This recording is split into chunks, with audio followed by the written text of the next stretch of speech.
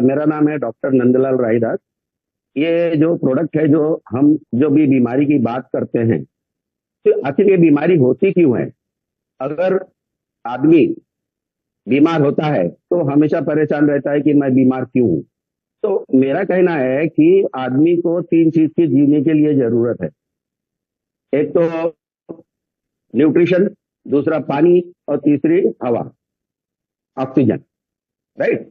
अगर कोई yes sir. बीमारी नहीं हो, मुझे कोई बीमारी नहीं होना चाहिए या कुछ नहीं होना चाहिए, गैस नहीं होना चाहिए, एसिडिटी नहीं होना चाहिए, तो अगर हम खाएंगे नहीं तो एसिडिटी नहीं होगी, गैस नहीं होगी।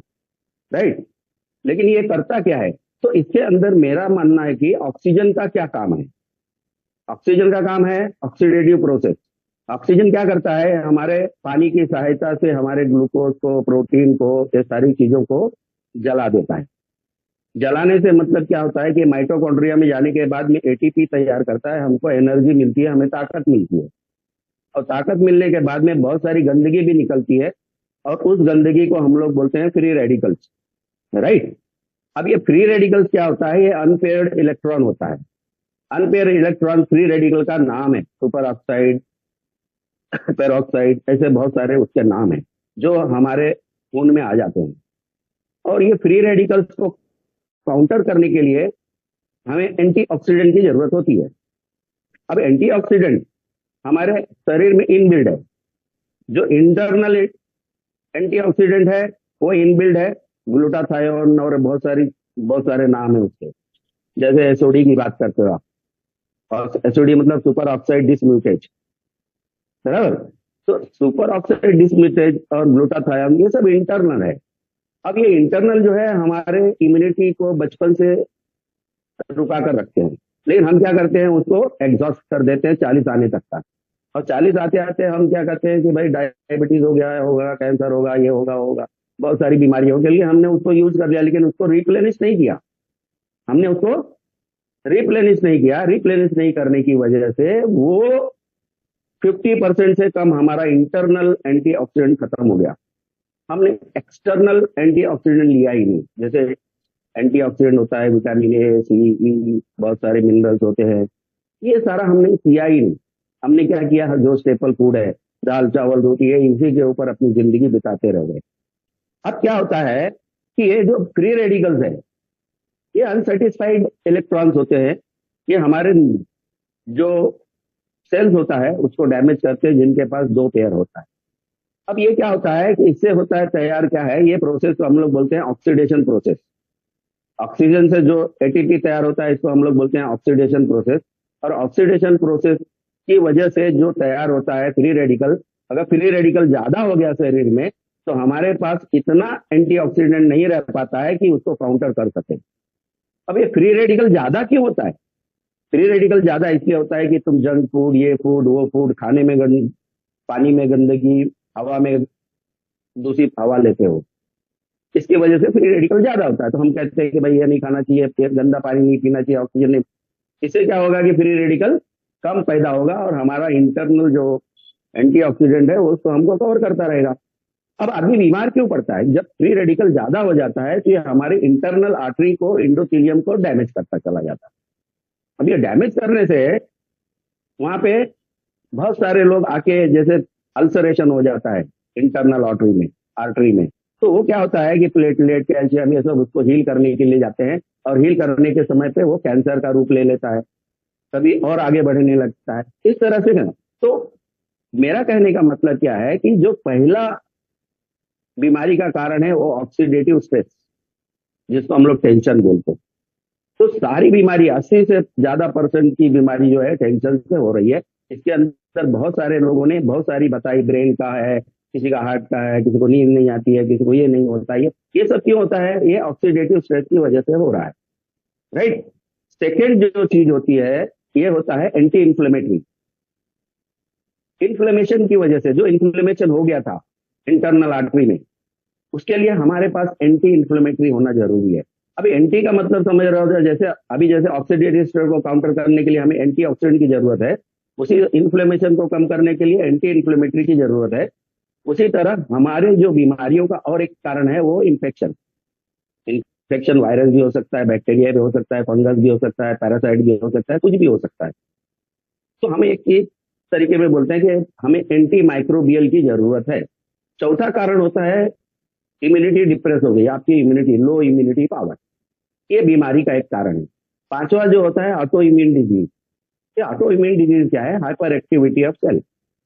तो कैंसर कैसे होता है? ये 5 बीमारी जो मैंने बताया अभी, क्या हमारा प्रोडक्ट ये पांचों चीज पे काम करता है? क्या क्या हमारा प्रोडक्ट एंटीऑक्सीडेंट का भी काम करता है, एंटी इंफ्लेमेटरी का भी काम करता है, anti bacterial, anti viral, anti fungal का भी काम करता है? क्या हमारा इम्यूनो बूस्टर है? क्या हमारा हाइपर एक्टिविटी को कंट्रोल करता है? क्या बात समझ में आई क्या?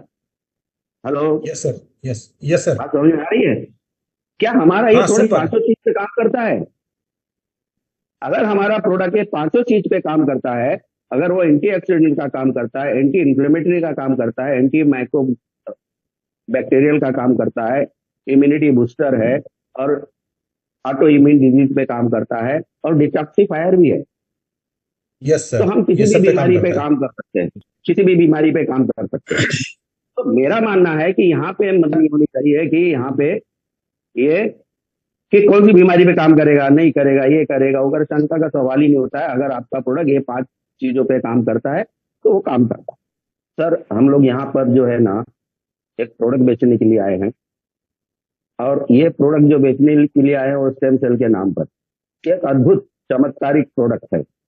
अब जब हमने यस, स्टडी किया था कि ये 18 यस, सेंचुरी में पाया हुआ स्टेम सेल का एप्पल है, 18 सेंचुरी में पाया गया था, जिसको बायोकेमिस्ट्री, जो बायोकेमिस्ट्री स्विट्जरलैंड की कंपनी है, फ्रेड यस, जूली ने उसको जो है रीजनरेट कर करके बेचना चालू किया। ये एप्पल अभी नहीं होता है, अभी खाली रीजनरेट होता है। अब इसकी खासियत क्या है? ये हम बोल स्टेम सेल, स्टेम सेल मतलब क्या होता है कि जो हमारी माँ का जो अम्बिलिकल कॉर्ड या प्लेसेंटा से जो मिलता है, लेकिन वो स्टेम सेल उसी बच्चे को काम आएगा जो की माँ का है, राइट? यस देखा सर। गया है कि ये स्टेम सेल जो है सभी लोगों के लिए कॉमन काम करता है। मतलब क्या है कि ये कोई भी ऑर्गन बनाने का काम कर सकता है। एक आर फैक्टर होता है जो फैक्टर को स्टिमुलेट करता है, और ये फैक्टर होता है बोन में। ये क्या करता है? ये स्टेम सेल, हम स्टेम सेल की अभी एंटीऑक्सीडेंट की नहीं बात कर रहा हूँ, मैं बात कर रहा हूँ स्टेम सेल की। अभी स्टेम सेल में एक ताकत होती है कि हमारे जो बोन में, हम बोन से ही सारा ब्लड और ये आरबीसी, डब्ल्यूबीसी जो सब बनता है, सब बोन में ही बनता है।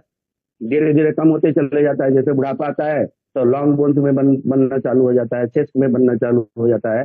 कि ये क्या करता है कि जिधर कमी है, आप मान लो आपका लीवर डैमेज हो गया है, या कम काम कर रहा है, या आपका पैनक्रियास काम कर रहा है, या आपका किडनी काम कर रहा है, या आपका ब्रेन काम कर रहा है, तो उसको रीजनरेट करने के लिए जो सेल की जरूरत है, उस सेल को ये स्टेम सेल स्टिमुलेट करता है, और वो सेल जाके वहां पे रीजनरेशन चालू करता है। इसीलिए हमको बहुत सारी बीमारियों में अचानक रिजल्ट आने लगता है। अब पता नहीं कैसे आ रहा है भाई, आ गया। बहुत सारे टेस्टिमोनियल दे रहे हैं कि इधर से आ गया, ये आ गया, वो आ गया। कैसे आ रहा है? ये स्टेम सेल, ये फ्रेड जूली का जो है ना स्टेम सेल, ये क्या करता है कि हमारे जो सुषुप्त सेल रहते हैं उसको जगाता है, एक्टिवेट करता है। ब्रेन का रहेगा, किडनी का रहेगा, हार्ट का रहेगा, लीवर का रहने दो, या मसल का रहने दो, या न्यूरोलॉजिकल प्रॉब्लम रहने दो, कोई भी प्रॉब्लम रहने दो, जिधर कमी उधर हम ही ये काम करता है स्टेम सेल। तो स्टेम सेल का काम क्या है कि जहां पे भी कमी है, अगर जहां पे नॉर्मल है तो वहां पे तो काम नहीं करेगा ये वहीं पे काम करेगा जहां पर कमी है। तो उसी तरह से डायबिटीज ठीक हो रहा है, लीवर ठीक हो रहा है, किडनी की बात कर रहे हैं हम। बहुत बड़ी शंका है, क्रिएटिनिन लेवल 6 से 7 हुआ कि नहीं, 7 से 8 हुआ कि नहीं, ये सारी किडनी फेलियर जाएगा कि नहीं। समय देना पड़ेगा सर, किडनी को रीजनरेट होने के लिए समय देना पड़ेगा, तब जाके क्रिएटिनिन लेवल और किडनी काम करना चालू करेगा आपका। आपको समय देना पड़ेगा डायबिटीज के लिए, कि बीटा सेल जो पैनक्रियाज में है और रीजनरेट होगा, क्योंकि गोली और इंजेक्शन से नहीं होता है, ये स्टेम सेल से होगा, यस, ये एंटीऑक्सीडेंट से होगा। उसको न्यूट्रिशन देने से होगा। जो अकाई बेरी, ब्लूबेरी, ये सब न्यूट्रिशन देके बनाते हैं।